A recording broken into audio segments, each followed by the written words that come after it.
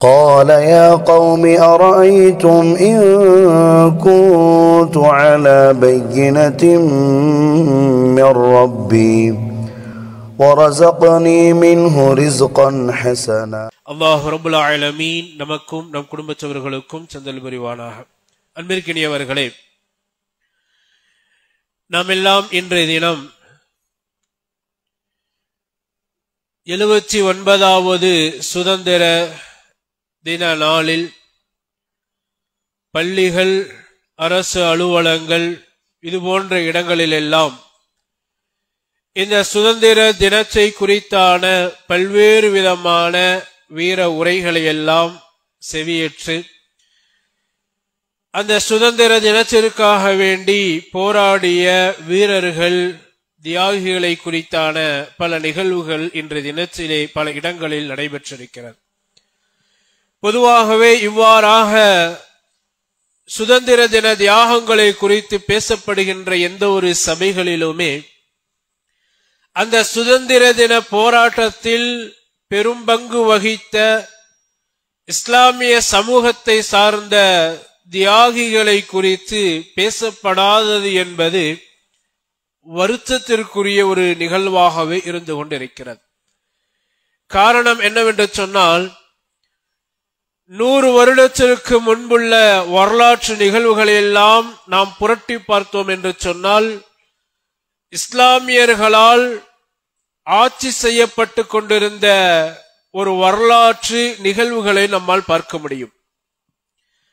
இந்த 100 வருடங்களுக்கு முன்புள்ள அந்த வரலாறுகள் நமக்கு கற்றுத்தரக்கூடிய பாடங்கள் என்னவென்று சொன்னால், இஸ்லாமிய தலைவர்கள் தங்களை சார்ந்திருக்கக்கூடிய எல்லா மக்களையும் அரவணைக்கக்கூடியவர்களாக,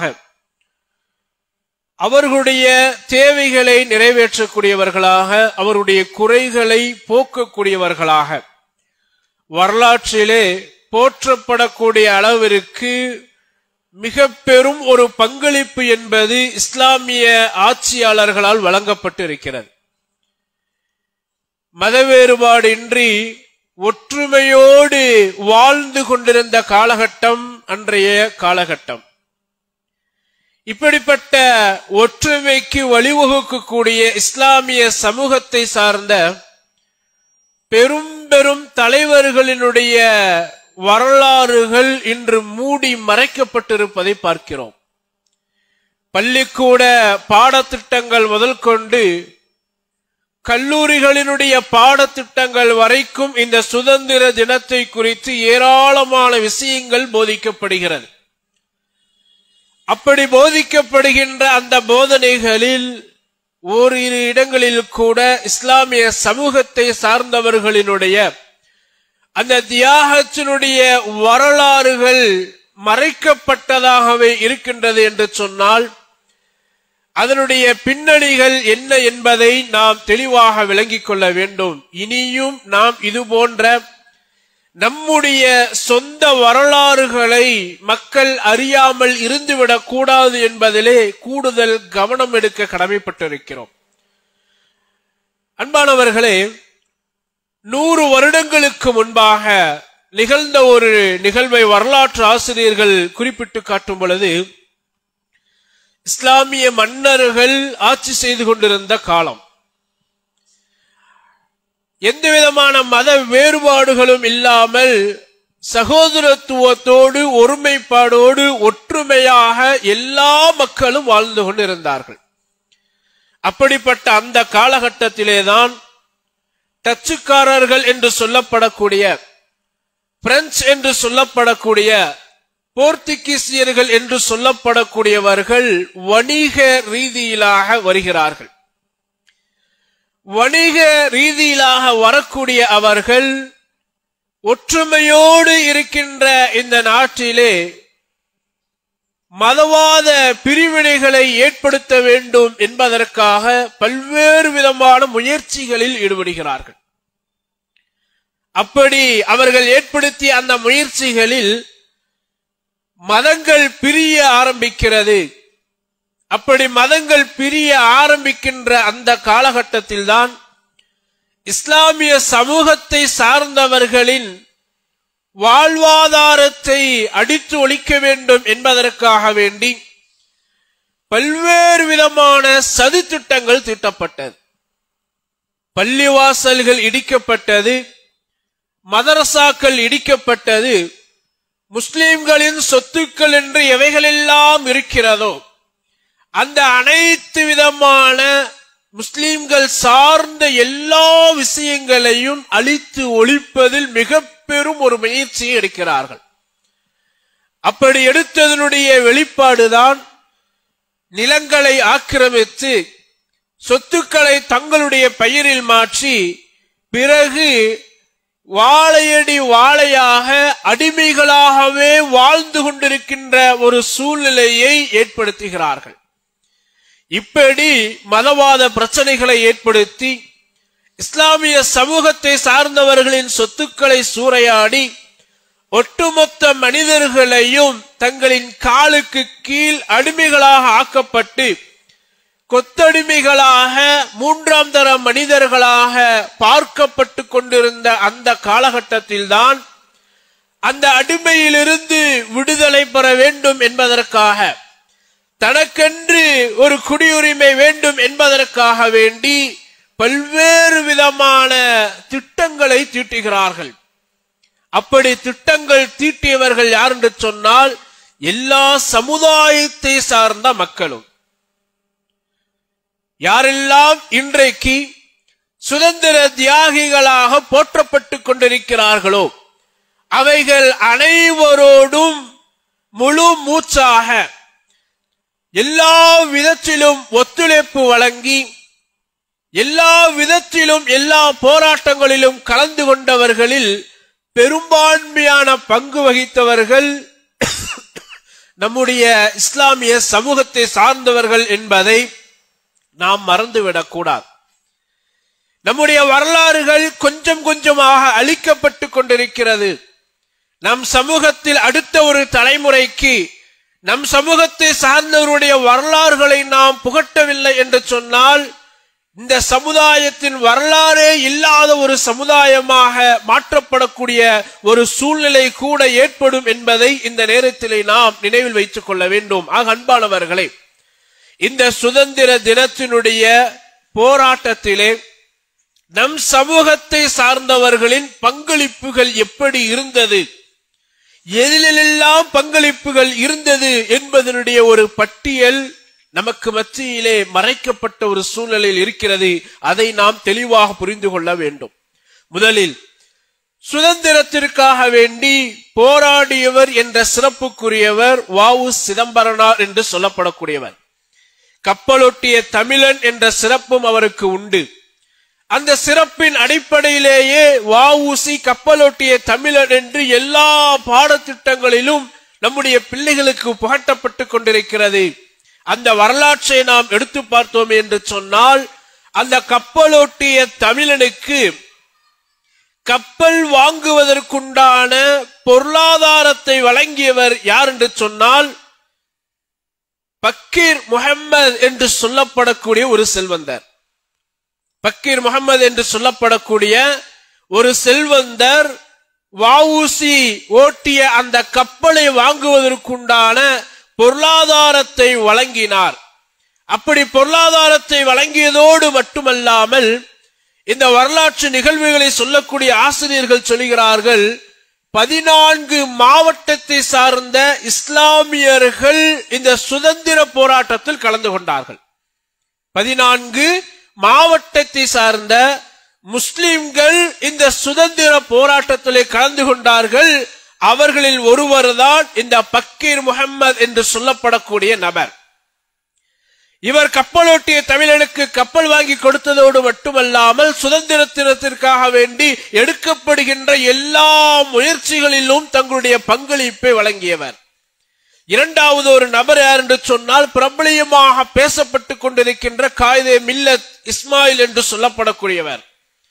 இவருடைய வரலாற்றை நாம் எடுத்து பார்த்தோமேயானால் இவர் சென்னையிலே BA படித்துக் கொண்டிருக்கின்ற காலகட்டம். BA-வினுடைய இறுதி ஆண்டிலே படித்துக் கொண்டிருக்கிறார். சுதந்திரத்திற்காக மக்கள் போராடி கொண்டிருக்கிறார்கள் என்பதை தெரிந்த உடனேயே தன்னுடைய இறுதி ஆண்டு படிப்பை பாதியிலேயே நிறுத்திவிட்டு 1920வது ஆண்டிலே சுதந்திரத்திற்கான எடுக்கப்பட்ட ஒத்துழையாமை இயக்கம் என்ற போராட்டத்தில் தன்னை ஈடுபடுத்திக் கொண்டவர் இந்த காயிதே மில்லத் இஸ்மாயில் என்று சொல்லப்படக்கூடியவர். அடுத்த ஒரு நபரை பற்றி வரலாற்றிலே சொல்லும் பொழுது ஹாஜி முஹம்மது என்பவர். இவர் மதுரை மௌலானா என்ற ஒரு சிறப்பு பெயரோடு அழைக்கப்படக்கூடியவர். ஹாஜி முஹம்மது என்று சொல்லப்படக்கூடியவர் மதுரையை சார்ந்த மதுரை மௌலானா என்ற அந்த சிறப்பு பெயரோடு அழைக்கப்படக்கூடியவர்.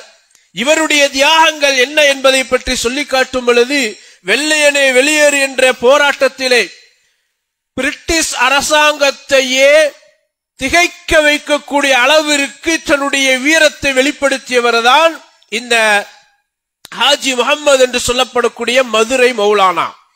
சுதந்திரத்திற்காக வேண்டி எடுக்கப்பட்ட அந்த விஷயத்திலே போராட்டத்திலே தன்னுடைய குரலை எழுப்பி மக்களுக்கு மத்தியிலே விழிப்புணர்வை ஏற்படுத்தி பிரிட்டிஷ் அரசாங்கத்தையே அதிர வைக்கக்கூடிய அளவிற்கு தன்னுடைய பிரசங்கத்தை அந்த சபையில் வெளிப்படுத்திய ஒரு சிறப்பும் அவருக்கு உண்டு. இப்படி பிரிட்டிஷ் அரசாங்கத்திற்கு எதிராக நடத்தப்படுகின்ற பெரும்பான்மையான போராட்டங்களில் கலந்து கொண்டு பல முறை சிறைக்கு செல்லப்பட்ட ஒரு சிறப்பு அவருக்கு உண்டு. இஸ்லாமிய சமூகத்தை சார்ந்தவர்கள் சாதாரணமாக போராட்டங்களில் ஈடுபட்ட வரலாற்றை நம்மால் பார்க்க முடிகிறது. எத்துணை சுதந்திர தியாகிகள் இந்த உலகத்திலே போற்றப்பட்டுக் கொண்டிருக்கிறார்களோ அவர்களுடைய வரலாறுகளை நாம் எடுத்து பார்த்தால் போராட்டங்கள் மட்டும்தான் அங்கு சொல்லப்பட்டிருக்கும், தியாகி என்று மட்டும்தான் சொல்லப்பட்டிருக்கும். ஆனால் இஸ்லாமிய சமூகத்தை சார்ந்தவர்களுடைய வரலாற்றை நாம் எடுத்து பார்த்தோமேயானால் அவர்கள் எடுத்த ஒவ்வொரு முயற்சிக்கும் ஒவ்வொரு முறையும் அவர்கள் சிறையில் அடைக்கப்பட்டு பல்வேறு விதமான சித்திரவதைகளுக்கு ஆளாக்கப்பட்டார்கள் என்பதை இந்த வரலாறுகள் மறைக்கப்பட்டதாக இருக்கிறது. நாம் அதை நம் சமூகத்திற்கு எடுத்துச் சொல்ல வேண்டிய ஒரு கட்டாயத்தில் இருக்கின்றோம். அடுத்த ஒரு நபர் திண்டுக்கல் வீரர் என்று சொல்லப்படக்கூடிய அப்துல் சத்தார். திண்டுக்கலை சார்ந்த திண்டுக்கலினுடைய வீரர் என்று சொல்லப்படக்கூடிய அப்துல் சத்தார் என்று சொல்லப்படக்கூடியவர். இவர் சுதந்திரம் நம்முடைய பிறப்புரிமை என்பதை உணர்ந்து கொண்டு அந்த பிரச்சாரத்தில் ஈடுபட்டு ஏராளமான இளைஞர்களை அந்த சுதந்திர போராட்டத்திற்காக வேண்டி போராடுவதற்கு திரட்டிய ஒரு சிறப்பு அவருக்கு உண்டு. திண்டுக்கல் வீரர் என்று சொல்லப்படக்கூடிய அப்துல் சத்தார். இவருடைய வீர உரைகள், அவர் யாரை கண்காணித்தார் என்று சொன்னால் இளைஞர்களினுடைய சமூகத்தை கையில் எடுத்தார். அப்படி இளைஞர்களுடைய சமூகத்தை கையில் எடுத்து அவர்களுக்கு மத்தியிலே பிரச்சாரம் செய்து சுதந்திர போராட்டத்திற்காக அவர்களுக்கு மத்தியிலே ஆர்வத்தை ஊட்டி இளைஞர்களை கையில் எடுக்கிறார். அப்படி இளைஞர்களை கையில் எடுத்து ஏராளமான போராட்டங்களில் கலந்து கொள்கிறார்.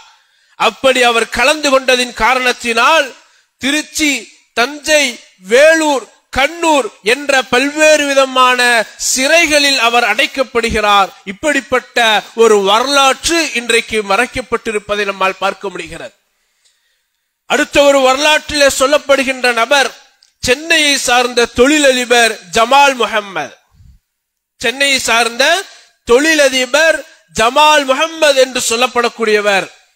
காந்தி அவர்கள் ஒத்துழையாமை இயக்கத்திற்கு, கிலாஃபத்தினுடைய இயக்கத்திற்காக வேண்டி அந்த சுதந்திர போராட்டத்தினுடைய ஒரு நிகழ்வாக இருக்கின்ற அந்த கிலாஃபத்தினுடைய இயக்கத்திற்காக வேண்டி நிதி திரட்ட சென்ற அந்த காலகட்டத்திலே இந்த சென்னையை சார்ந்த தொழிலதிபர் ஜமால் முஹம்மது அவர்கள் அன்றைய காலகட்டத்தில் எந்த அளவிற்கு அவர்களுடைய அந்த ஒத்துழைப்புகள் இருந்தது என்று சொன்னால், வெறும் செக்கிலே கையெழுத்து போட்டு கொடுத்து உங்களுக்கு இந்த விஷயத்திற்கு எவ்வளவு பொருளாதாரம் வேண்டுமோ அந்த பொருளாதாரத்தை நீங்களாக எழுதி கொள்ளுங்கள் என்று கையெழுத்திட்டு செக்கை அவருக்கு கொடுக்கிறார்கள். இதெல்லாம் நடந்தது 100 ஆண்டுகளுடைய அந்த காலகட்டத்தில் என்று சொன்னால் நாம் சிந்தித்து பார்க்க வேண்டிய விஷயம் என்ன தெரியுமா? 100 ஆண்டுக்கு முன்னால் உள்ள காலகட்டத்தினுடைய பொருளாதார நிலை என்பது இன்றைய காலகட்டத்தின் பொருளாதாரத்தின் நிலையோடு ஒப்பிட்டு பார்க்கும் பொழுது பல மடங்கு அதிகமாக இன்றைக்கு இருக்கின்றது. ஆனால் அன்றைய காலகட்டத்திலேயே இந்த சுதந்திர போராட்டத்திற்காக வேண்டி தங்களை ஈடுபடுத்திக் கொண்டவர்கள் தங்கள் உடலால் ஒத்துழைப்பளித்தார்கள், பொருளால் ஒத்துழைப்பளித்தார்கள், பொருளாதாரத்தால் ஒத்துழைப்பளித்தார்கள், உயிர் தியாகங்களில் ஈடுபட்டிருக்கிறார்கள் என்று சொன்னால் இவ்வளவு வரலாற்றிற்கும் சொந்தக்காரர்கள் நம் சமூகத்தை சார்ந்த இஸ்லாமியர்கள் என்றால் அது திட்டமிட்டு மறைக்கப்பட்டிருக்கின்ற ஒரு சதி என்பதை நாம் இன்றும் உணராதவர்களாகவே இருந்து கொண்டிருக்கிறோம். அடுத்த ஒருவரை பற்றி சொல்லி காட்டும் பொழுது எஸ்.ஏ. ரஹீம் என்று சொல்லப்படக்கூடியவர் தன்னுடைய 19வது வயதிலே சுதந்திர போராட்டத்திற்காக வேண்டி வீட்டை விட்டு வெளியே வருகிறார். சுதந்திர போராட்டங்களில் கலந்து கொள்கிறார். 1942-44 ஆகிய அந்த வருடங்களில் கைது செய்யப்பட்டு சிறையில் அடைக்கப்படுகிறார். அப்படி கைது செய்யப்பட்டு சிறையில் அடைக்கப்பட்ட காலகட்டத்திலே விடுதலை முழக்கம், இந்தியா எழுச்சி என்ற நூல்களை எல்லாம் எழுதி அந்த நூல்களின் மூலமாக சுதந்திர போராட்டத்திற்கான வழிகாட்டுதல்களை அவர்கள் செய்தார்கள், புரட்சி செய்தார்கள் என்ற ஒரு வரலாற்று நிகழ்வையும் நம்மால் பார்க்க முடிகிறது. சிறைபிடித்த காலத்திலேயே எல்லா விதமான இஸ்லாமிய சமூகத்தை சார்ந்தவர்களும் சுதந்திர போராட்டத்திற்காக ஈடுபடும் பொழுது சிறை அடைக்கப்பட்டிருக்கிறார்கள்.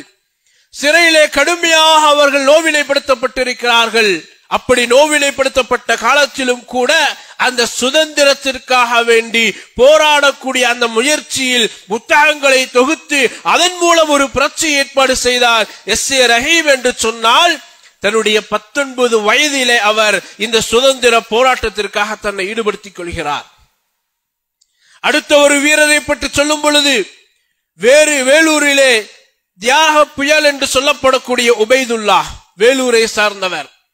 தியாக புயல் என்ற ஒரு சிறப்பு பெயரோடு அழைக்கப்படுகின்ற உபைதுல்லா என்று சொல்லப்படக்கூடியவர் தன்னுடைய 16வது வயதிலே கிலாஃபத்தினுடைய இயக்கத்திலே தன்னை இணைத்துக் கொள்கிறார்.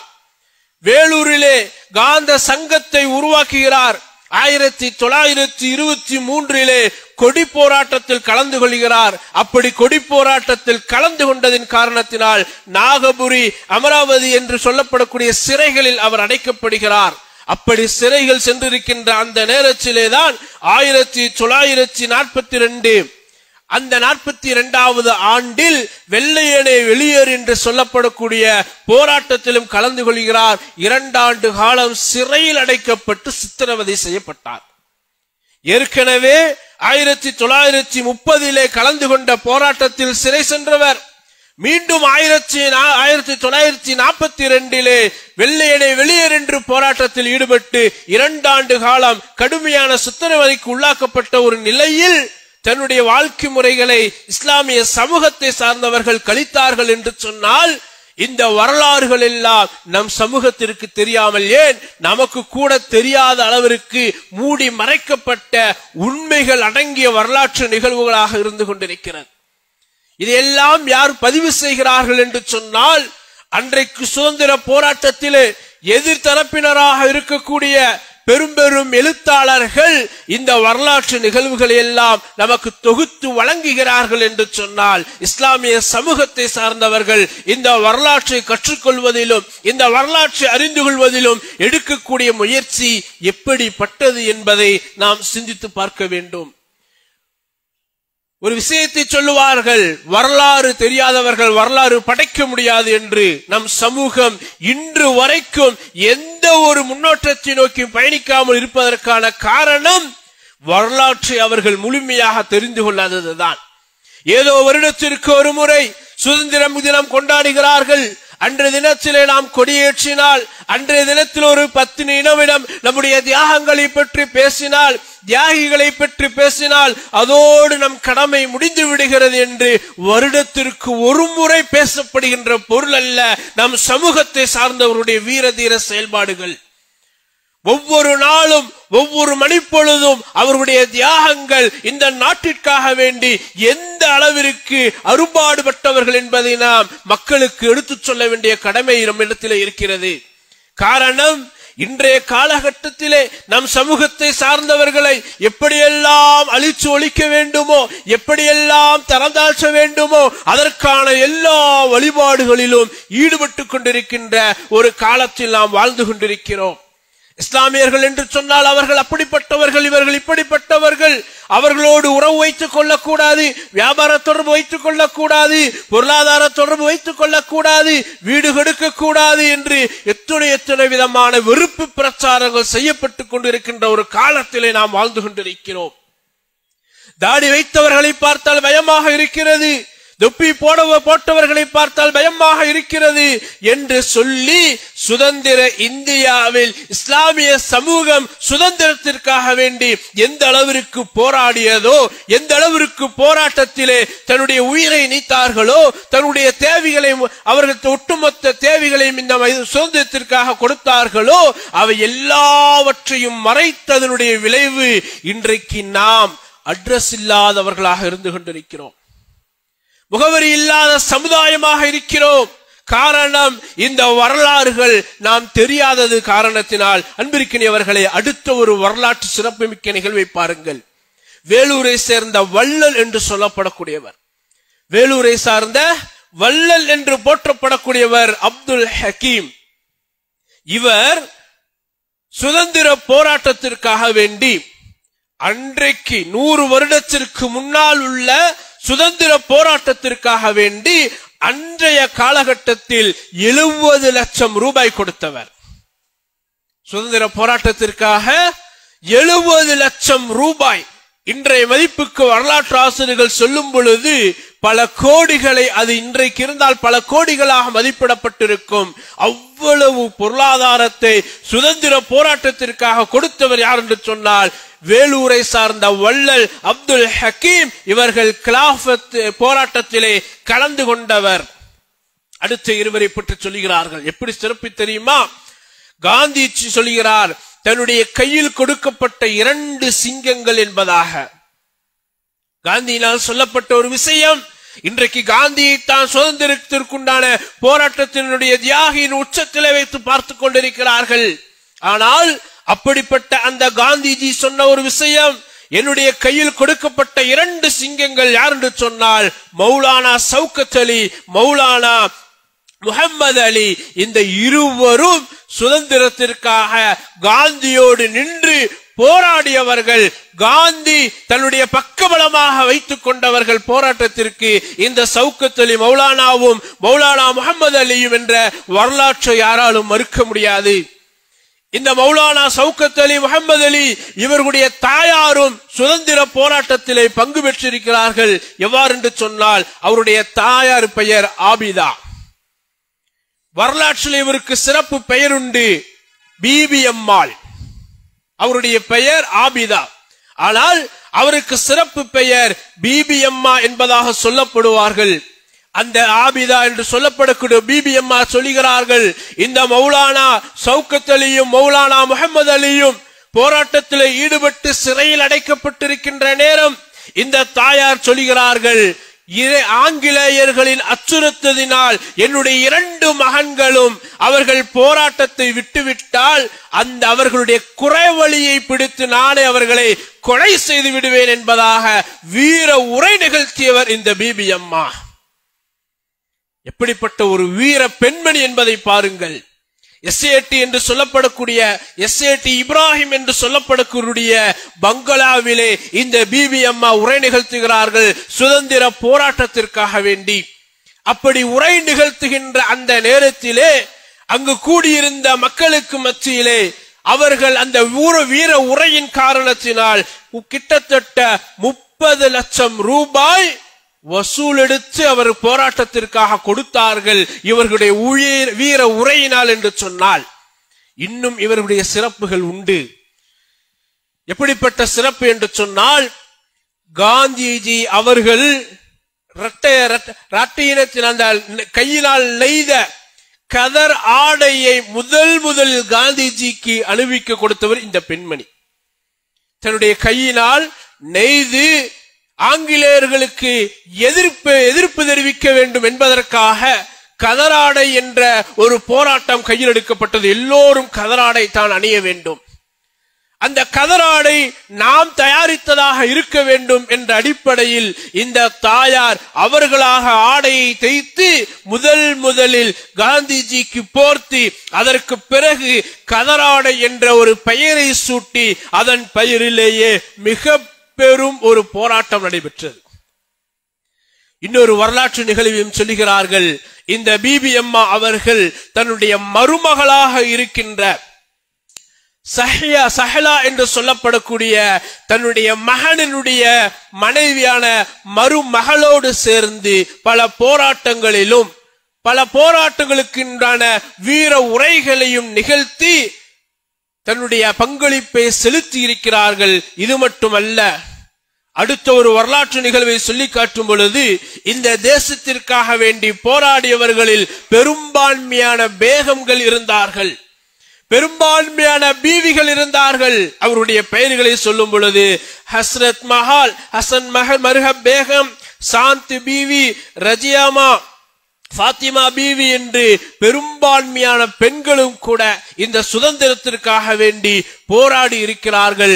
பீவிக்களும் பேகங்களும் அதிகம் இந்த சுதந்திர போராட்டத்திற்காக போராடி இருக்கிறார்கள் என்ற வரலாற்று நிகழ்வுகளை நமக்கு வரலாற்று ஆசிரியர்கள் தெரிவிக்கின்றார்கள். என்று சொன்னால் இவ்வளவும் இந்த சுதந்திரத்திற்காக வேண்டி நம் சமூகத்தை சார்ந்த இஸ்லாமியர்களால் நிகழ்த்தப்பட்ட நிகழ்வுகள் என்று சொன்னால் எத்தனையோ விதமான நலங்களும் வளங்களும் பெற்று இந்த வாழ்க்கை முறைகள் எல்லாம் மாற்றப்பட்டு கால சூழ்நிலைகள் எல்லாம் மாறிய பிறகும் கூட இந்த வரலாறு வெளிப்படையாக பேசப்படாத மறைக்கப்பட்ட ஒரு நிகழ்வாக இருக்கின்றது என்று சொன்னால் இஸ்லாமிய சமூகம் இன்னும் விழிப்புணர்வு அடையவில்லை என்பதுதான். இன்னும் இந்த பின்தங்கி இருக்கின்ற நிலை இந்த சமுதாயத்தில் இருக்கின்ற காலமெல்லாம் இந்த வரலாறுகள் அடியோடு அழித்து ஒழிக்கப்படும் என்பதில் எந்த மாற்று கருத்தும் கிடையாது. அதை நாம் வேரூன்ற நிக்க செய்ய வேண்டும் என்று சொன்னால் சுதந்திர போராட்டத்திலே இன்னும் ஏராளமான தியாகிகள் ஈடுபட்டிருக்கிறார்கள். அவர்களுடைய வரலாறுகளை நாம் கற்றுக்கொள்ள வேண்டும், நாம் அறிந்து கொள்ள வேண்டும். அந்த வரலாற்றை நம்முடைய பிள்ளைகளுக்கு போதிக்க வேண்டும். சுதந்திர போராட்டத்தினுடைய தியாகிகள் யார் என்று சொன்னால் நம்முடைய பிள்ளைகளின் வாயிலிருந்து ஷவுக்கத் அலி, மௌலானா முஹம்மது அலி, அப்துல் கலாம் ஆசாத் என்று சொல்லப்படக்கூடிய ஒவ்வொருடைய பெயர்களும் மேலோங்க செய்யக்கூடிய அளவிற்கு வரலாறுகளை மக்களுக்கு கொடுக்க வேண்டும். அந்த நிலை நம்மிடத்தில் எப்பொழுது வருகிறதோ அப்பொழுது அந்த சமுதாயத்தை நம்மால் வென்றெடுக்க முடியும். ஆக அன்பிற்கினிய அல்லாஹ்வின் நல்லடியார்களே, 79வது சுதந்திர தினத்தை இந்த நாடு முழுவதும் கொண்டாடி கொண்டிருக்கிறார்கள். அங்கெல்லாம் பேசப்படுவதல்ல நம் சமூகத்தை பார்த்து, நம்முடைய சமூகத்தின் தியாகிகள் அங்கெல்லாம் பேசப்படுவது கிடையாது. காரணம், அதை பற்றியான அறிவு நமக்கும் கிடையாது என்பதுதான் வேதனைப்படக்கூடிய ஒரு விஷயம் என்பதை நினைவில் வைத்துக் கொண்டு முதலில் நம்முடைய வரலாற்றை நாம் தெரிந்து கொள்ள வேண்டும். நம்முடைய இஸ்லாமிய ஆட்சி அதிகாரத்தில் இருந்தவருடைய வரலாற்றை தெரிந்து கொள்ள வேண்டும். சுதந்திர தினத்திற்கான அவருடைய பங்களிப்புகள் என்ன என்பதை தெரிந்து கொண்டு அதை நாம் நம்முடைய மக்களுக்கு மத்தியிலே போதிக்கக்கூடியவர்களாக இருக்க வேண்டும். ஆக சுதந்திர தினத்திற்காக வேண்டி போராடியவர்கள் நம் சமூகத்தை சார்ந்தவர்களும் இருக்கிறார்கள் என்பதை எப்பொழுதும் எந்த சூழ்நிலையில் நாம் மறந்துவிடக் கூடாது. இது இஸ்லாமிய சமூகத்தினுடைய மிக பெரும் ஒரு பங்களிப்பாக இருந்து கொண்டிருக்கிறது என்பதை நாம் நினைவில் வைத்துக் கொள்ள வேண்டும். அல்லாஹ் ரப்பல் ஆலமீன் எத்தகைய வரலாறுகள் நம்மை விட்டு மறைக்கப்பட்டிருக்கின்றதோ அந்த வரலாற்றை மக்களுக்கு மத்தியிலே தெளிவான முறையில் எடுத்து சொல்லக்கூடிய பாக்கியத்தினை நம் அனைவர்களுக்கும் தந்தல் புரிவானாக.